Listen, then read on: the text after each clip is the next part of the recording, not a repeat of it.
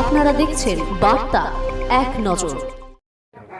আচ্ছা, আপনি আপনার কিশোরগঞ্জ নাম কি? জেলার সদর থানায় মাইশা কান্দি আপনার স্বামীর এলাকার নাম কি? পিতার হাতে ছেলে খুন। সহযোগিতায় আচ্ছা, আপনার নিহতের যে ছোট স্বামী ভাই মারা গেছে এটা আপনি ভাইস্ত্রী কখন কিভাবে শুনতে পারেন এবং তারপরে তারা ঘটনাটা কি হয়েছে? মা সবকিছু জেনেও না জানার ভান করছে। এই মৃত্যুর আগে নিহত ছোট ছেলের সামনে তার বাবাকে লাঠি ঘুষি মারে, যার স্বীকারোক্তি আমাদের কাছে দিয়েছে। তার মাদ্রাসায় পড়ুয়া 8 বছরের ছেলে মহামান্য আদালতের কাছে এর সঠিক এবং সুষ্ঠু বিচার দাবি করছে। কিন্তু ঘটনাটা কি হয়েছিল বা আপনার সাথে কি সম্পর্ক বা কোনো গ্যাঞ্জাম ছিল কিনা?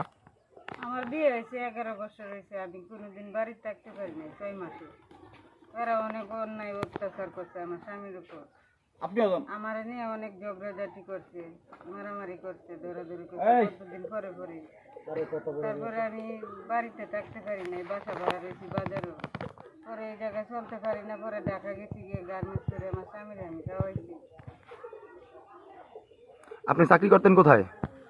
প্রথম অবস্থায় চাকরি করছি নারায়ণগঞ্জ, তারপর কাশপুর, তারপরে গাউসিয়া। আচ্ছা, আপনি যে বিয়ে হয়েছে 11 বছরের ভিতরে কি আপনি মানে চাকরি করছেন 11 বছর যাবতই? জি 10 বছর পর্যন্ত চাকরি করতেছেন।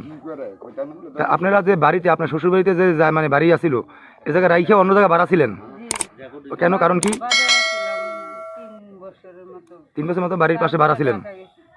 তারপরে ঢাকা গেছেন। জি। আচ্ছা, আপনি যে চাকরি করে টাকা পয়সা পান এটা কি করেন? আমার স্বামীর দিয়ে আমার সংসার চালাই, এই বাচ্চার লেখাপড়া করো, আমরা খাওয়া খাদ্য করো। এই আপনার সাথে নাকি গ্যাঞ্জাম হয়েছিল, স্বামীর সাথে টাকা পয়সা নিয়ে নাকি ঝগড়াঝাটি হয়েছিল আগের দিন। না, আমার স্বামীর সাথে আমার কোনো ঝগড়া হয়নি।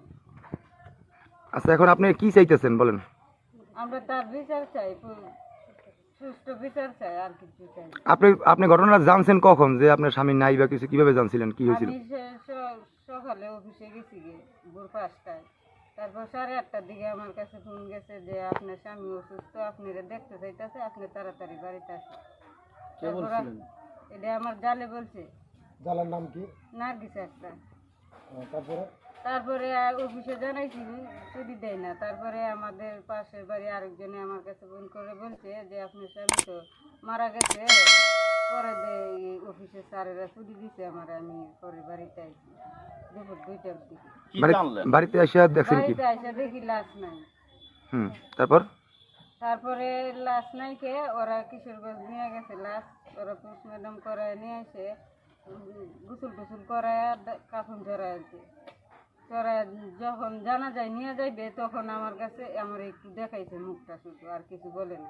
এই বেলা তোরে দেখাই তুই এর আগে চিল্লাস না, কস নাই যে আমার জামাই বাড়িতে আসার পরে কি জানলেন আপনি? কারা মারলো, কি করলো?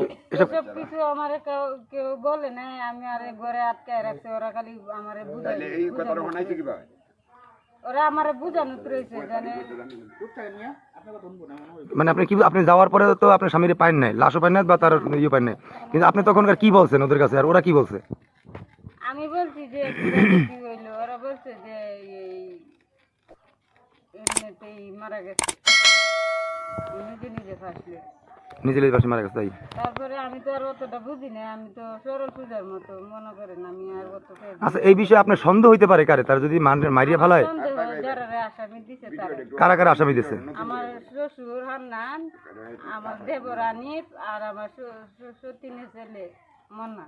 আচ্ছা, আপনার দেবর বাসুর কয়জন? আমার দেবর রয়েছে 3 জন, বাসন নাই। আপনি এটা বড় না? জি। আচ্ছা, ঠিক আছে। আচ্ছা।